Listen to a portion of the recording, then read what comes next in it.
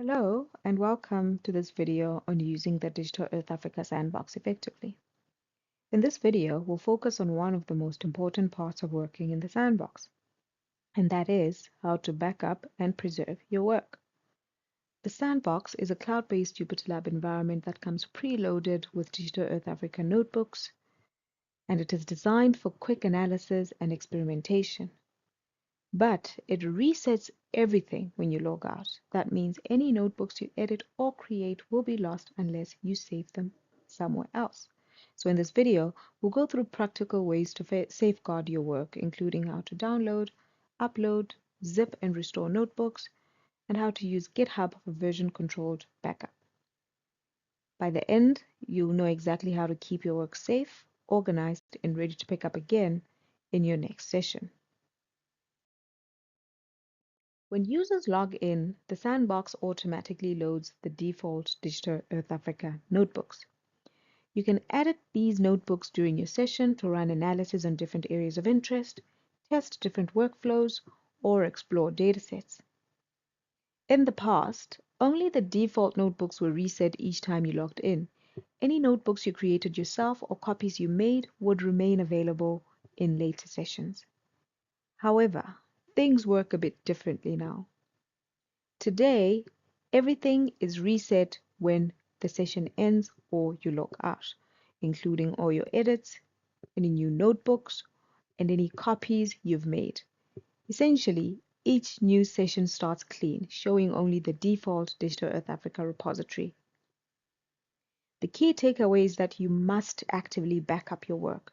Without saving it elsewhere, whether through local download or GitHub, your notebooks will be permanently lost when the session ends or you log out of the sandbox. This new behavior is clearly highlighted on the sandbox landing page, which opens up when you start a new session, so be sure to read it carefully.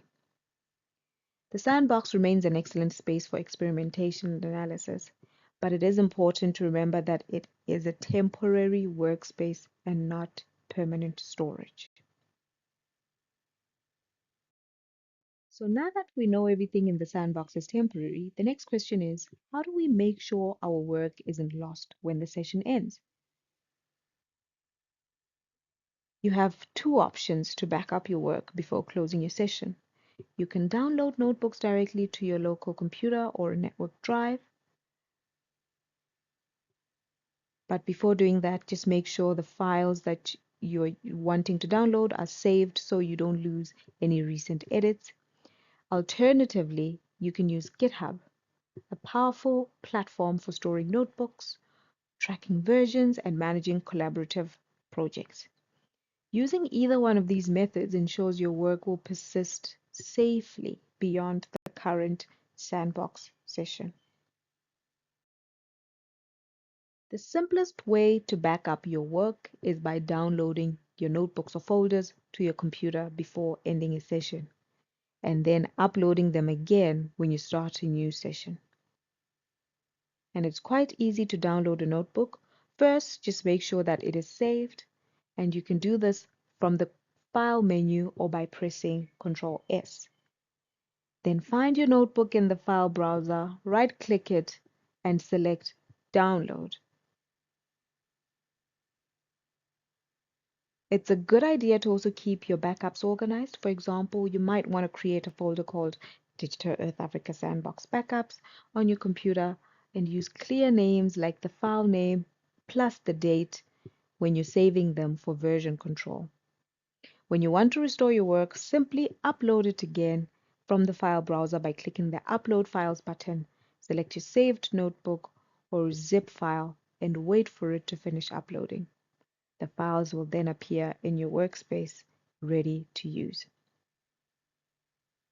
In this next slide, we'll look at how this process works in practice. So we have a short demo video that will show you how to download a notebook from the sandbox and then upload it again in a new session.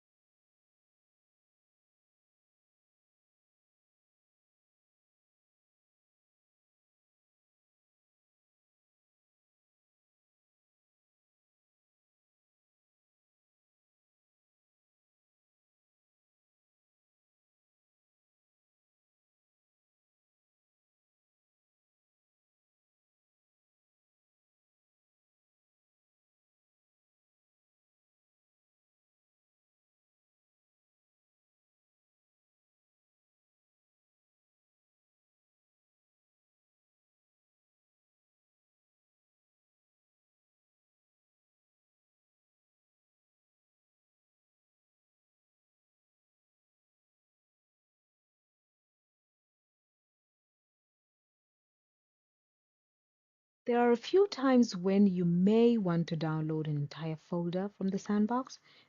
This could be a data set, a folder of notebooks, or even a complete project. And zipping the folder creates a single compressed archive, which will make it easier for you to download and store safely on your computer, and obviously re-upload it later if needed. The main benefit of zipping is that it preserves the folder structure exactly as it is. All subfolders and files remain intact, so nothing gets lost or mixed up. It also makes downloading multiple files at the same time faster and more reliable. To zip a folder, open Terminal from the launcher, navigate to the directory containing the folder you want to compress, and use the zip command to create an archive.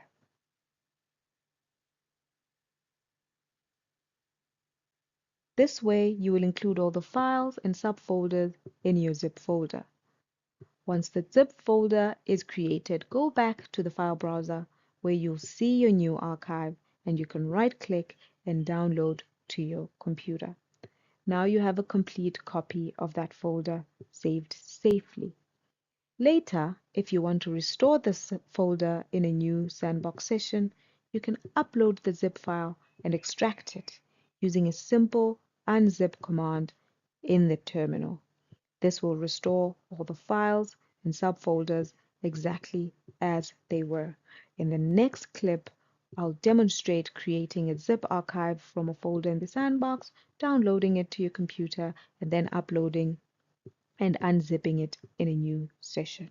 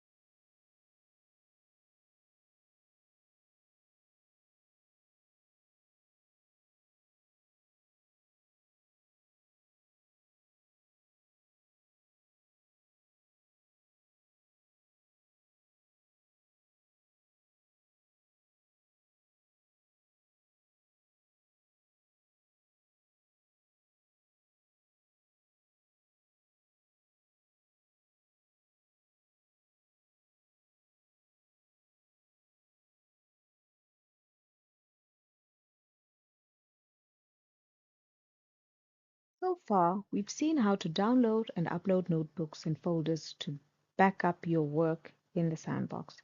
This is simple and effective for personal backups, but if you want a more robust, version controlled way to save your work, especially if you plan to make frequent changes or collaborate, GitHub is a great option. The first step is to make sure you create a free personal GitHub account if you don't already have one. And to do so, open your browser and go to github.com. You'll see the sign up button at the top right.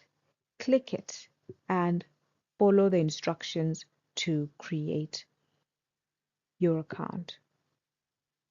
They'll ask you for an email address, a password, and a username.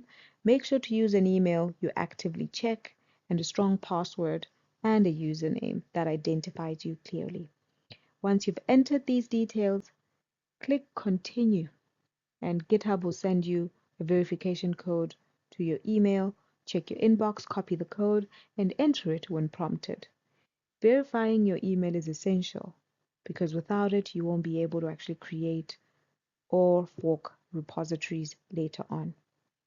You can personalize your account with a profile picture, a name, and a bio if you wish to, but the most important thing is having a verified account so you can go and back up and manage your work efficiently.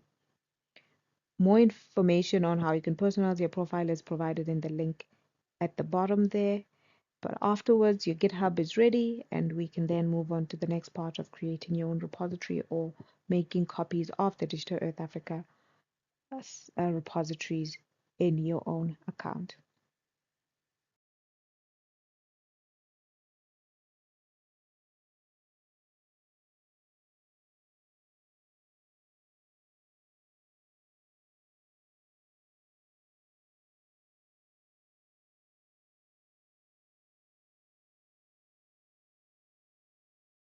Now that you have a GitHub account, the next step is to create a repository.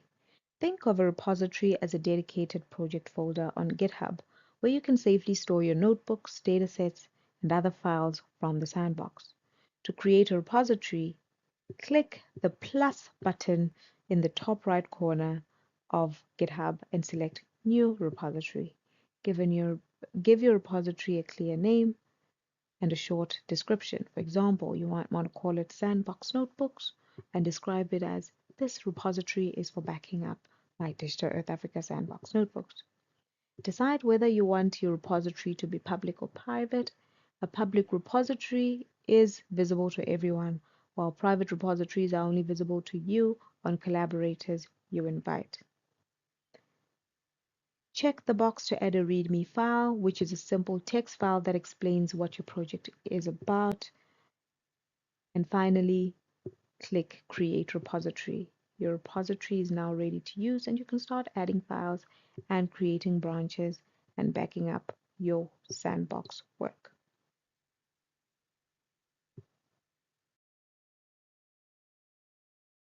You'll see the new repository window on GitHub where you fill in the repository name and a short description, choose whether you want it public or private, and also have the option to choose or to add a README file. It is optional, but it is recommended because it provides context for everyone viewing your repository later, including yourself. It'll help you understand quickly the purpose of the repository and what it contains. So far, we've seen how to create a new repository if you want a dedicated space while completing your project. However, in some cases, you may want to work with existing Digital Earth Africa repositories. The Sandbox is preloaded with the notebooks from the Digital Earth Africa repository on the main branch, and this is convenient, but we know that any edits or any new notebooks or copies that you make in the Sandbox will be lost when your Sandbox session ends. So to preserve your work, you can create a copy of the Digital Earth Africa Sandbox repository by creating a fork of that repository.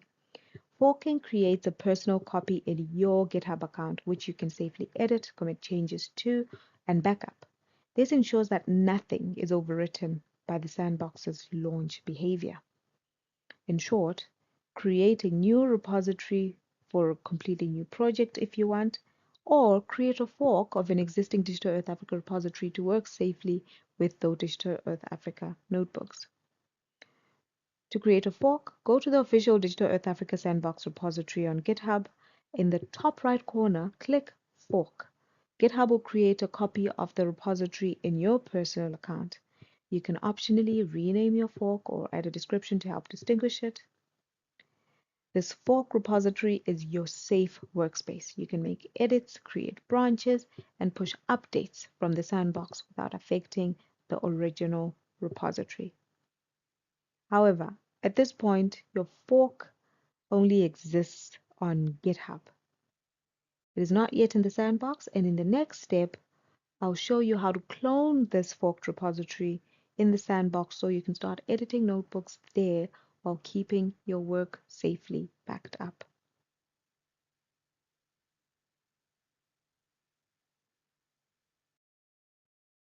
Once your fork exists on GitHub, we need to bring it into the sandbox so you can start working. And this process is called cloning, and it essentially copies your fork from GitHub into the sandbox environment. Start by opening a terminal, which we've shown before from the launcher. First, we create a folder to keep our work organized. In this particular example, which you'll see in the next slide, we call it Sandbox Dev. You can choose any name you like. Then navigate into that folder using the cd command. Next, we use the git clone command with the URL of our forked repository. To get this URL, go to your fork on GitHub, click the green code button, make sure you copy the URL, and then paste it back in the terminal. Once that's done, press enter, and this will create a clone of your repository. Once it's done, navigate into the repository folder, and then you'll see your Digital Earth Africa Sandbox notebooks. From now on, this is where you'll do all your work in the sandbox. Finally, we link our fork to the original Digital Earth Africa repository by adding it as an upstream remote. This is important because it allows us to pull in updates from the main repository later on, keeping our fork in sync with changes other people might make. Once this is all set up, your fork is successfully accessible in the sandbox and you're ready to start editing notebooks safely, knowing that your work is backed up on GitHub. I'll show you how to do this in the next short video. First, I have a terminal open, and this is where we'll run the commands to set up our working environment. You see now that I'm creating a dedicated folder to keep things organized, and I'm calling it Sandbox Dev, but you can choose any name.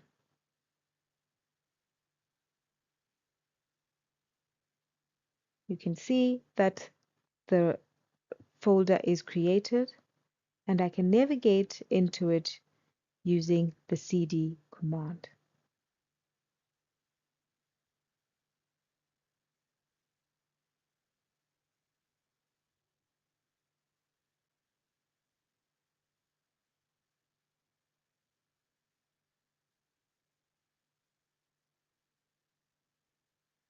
Now that I'm in the folder, I use the git clone command followed by the URL of our forked repository, and you can see I'm getting the URL from the fork on GitHub by clicking the green button, making sure that I copy the displayed URL and pasting it in the terminal, and this will allow the cloning to happen. It might take some time, so please be patient.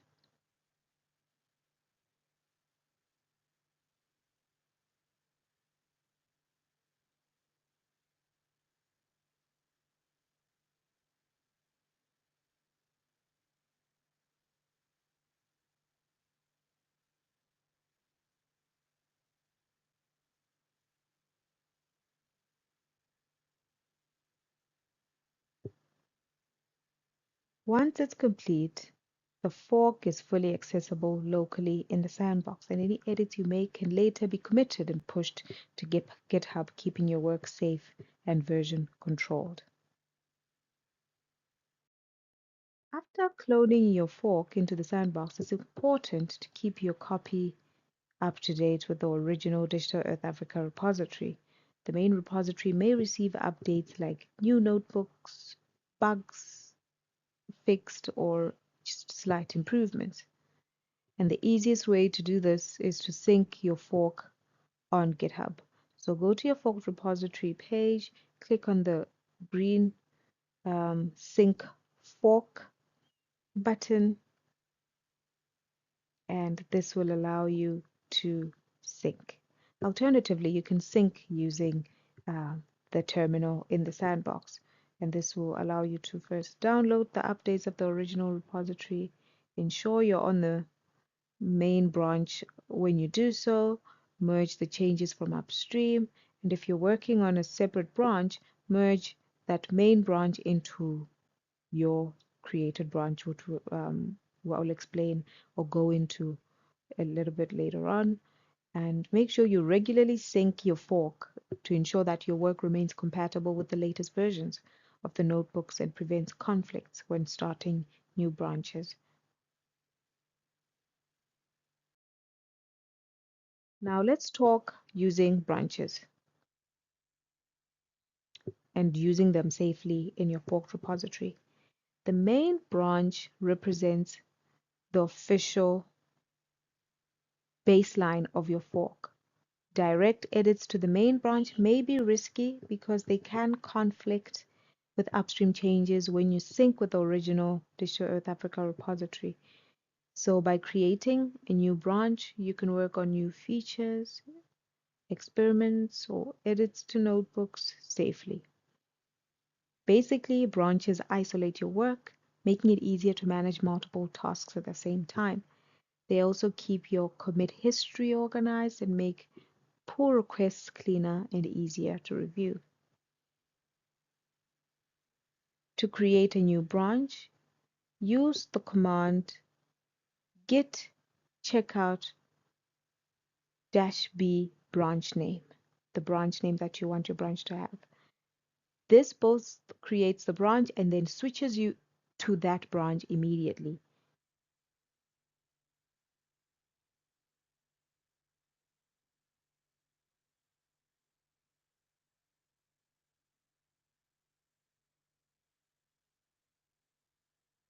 You can switch back to the main branch by writing git checkout main to go back to the main branch that you are on, that contains that baseline repository.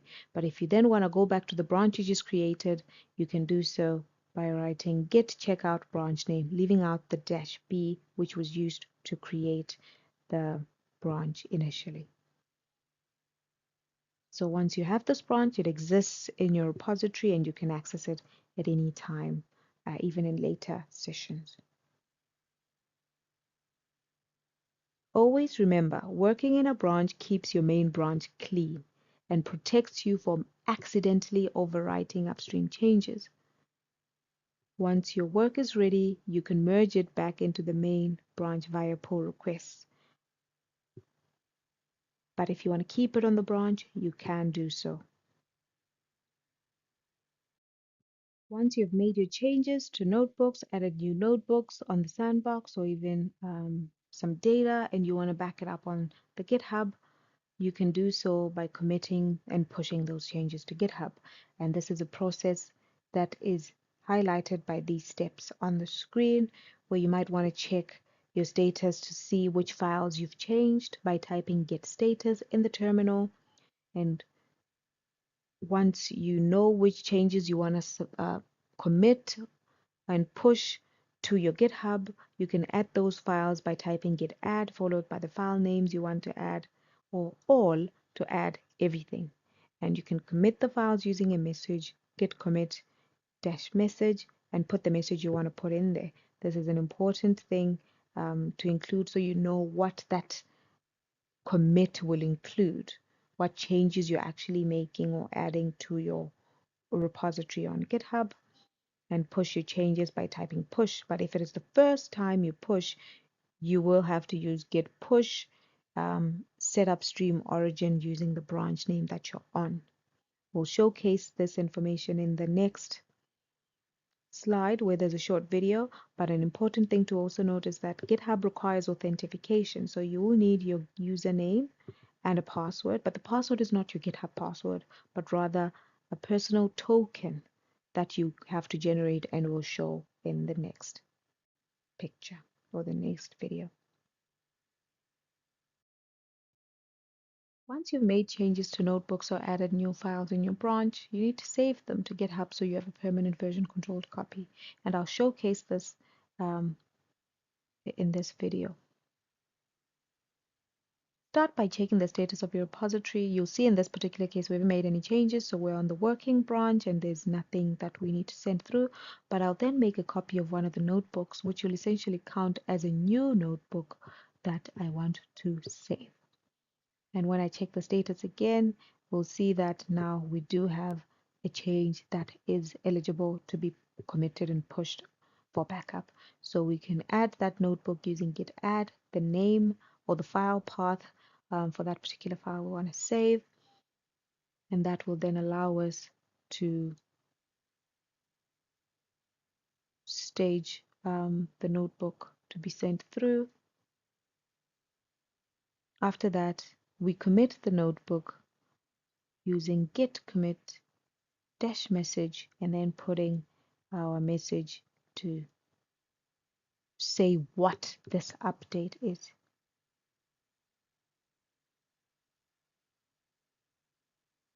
When the commit is ready, push it to your forked repository with git push from the original working branch that you're working on. You see, I just said git push and it's telling me it's the first time, so it won't actually push it, but it gives me something that I can write. You can copy that and then push, and then you'll be asked for a username, which I input there. Now you need a password. Like I said, this is not a password that you used for your GitHub account, but rather you need a token, and I'll show you how to actually create that token by going to settings, scrolling down to the bottom, developer settings, and then choosing the classic, choosing the tokens. And then you already see I have one, but I'm going to create one for this exercise. Create a classic token. You can give it a note or a description of some sort to know what you use it for. And you can then set an expiration. Can be set to expire in 30 days, or however long you want to do that. And then make sure you check that first box with the repo to allow you to actually then use this token to push your changes up to the GitHub, generate the token. You will get a message that tells you to make sure you copy the token that was generated and save it somewhere else because you won't be able to see it again. But if you do lose it, you can always generate a new token. But copy it, paste it somewhere where you can keep it safe. Go back to your terminal and paste. It won't actually show up on the screen, but it is input there. So press enter and you'll see that that commit does get pushed up to the GitHub. I'll just go back to my forked repository to show that I've updated my working branch, which I created earlier, not the main branch that I'm trying to keep pristine, but the working branch that I created. And just change from the main branch which you're on, where the original notebooks sit, to the working branch that you have. And you will actually see that in that real world examples folder, we have then added that copy of the burnt area mapping notebook that we created as a test example or showcasing adding a new notebook. So this is just a simple introduction to what you could possibly do to back up your work. Additional material is available on the web in terms of how to use GitHub effectively. If you would like to know more, but this is, I think, a good introduction that will get you started to be able to back up your work to GitHub and manage your projects effectively. Just to reiterate, we've gone through two possible ways that you can use to back up your work on the Sandbox. The most simple version, where you can just download your data onto your computer and re-upload it when you start a new session. and the more robust approach of using GitHub, where you create a clone um, of your repository in the sandbox and work and then commit and push your changes to the GitHub. So the trick with that is make sure that you commit and push your changes before you end your session. So when you come back next time, you're able to simply just clone that same repository. Make sure you check out the branch that you want to be at the main or one that you've created to work on, and then continue with where you left off previously. That is all from me. Please feel free to reach out to us if you have any issues, and we'll be happy to assist you. Thank you.